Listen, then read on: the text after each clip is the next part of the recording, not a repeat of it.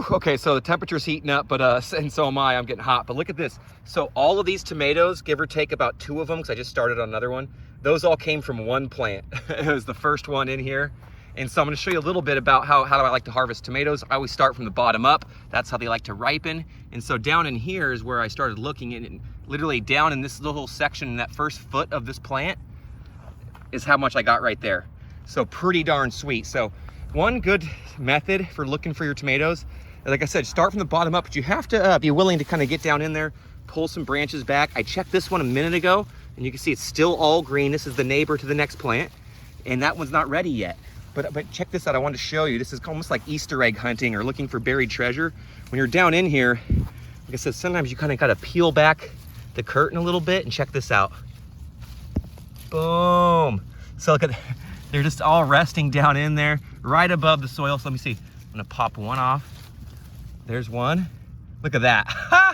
And it was hidden in there. You couldn't really see it from the outside of the plant. So that's why it's really important when you're harvesting, especially when you're growing very densely like we are here. We have our plants like 3 feet on center on 3-foot rows. So probably a little tighter than most people who are growing tomatoes maybe are doing. Maybe you're doing closer, but for us, it's about as close as we can get and still work around them. So it's very dense, but look at that. All those 4 were hidden in there. And I'll take this little one too. He's not quite as ready as his friends, but you know, I'll grab that one. That one snapped right off too, just a gentle touch. And then now I'm getting, oh, yep. I looked deeper in there, and there's actually another one that I can see, and hopefully, oh, you know, it feels a little too ripe. Oh, there you go, I can feel it.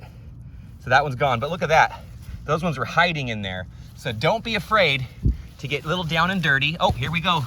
With your tomato plants, get a little personal, get friendly in there. It's okay. I'm probably gonna come out here smelling like tomatoes, but look at that, boom. Oh, and it's important to get down here, because if not, these will just rot. You know, like this is on a Monday. I checked them on a Friday, last Friday. They were looking good, but they weren't ready yet. Now I come in on a Monday morning. Look at that. And that's just off a couple of them, and they were hiding. You couldn't see those from the outside of the plant. Standing right above it, you would never see those.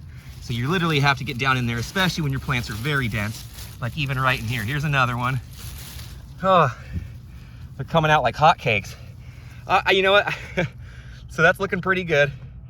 I'm having such a great time out here in the garden, but I am getting super hot. So it's time for me to catch a break and get out into the shade and catch some water. But look at that. So hey, when you're out there pruning or harvesting your tomatoes, don't be afraid to get in there, get friendly, start at the bottom, work your way up, and go on a little hunt. Because I think if you, you know, if you search out there and you look a little bit better, you might actually find some that if you imagine letting those go to waste. That would be a travesty.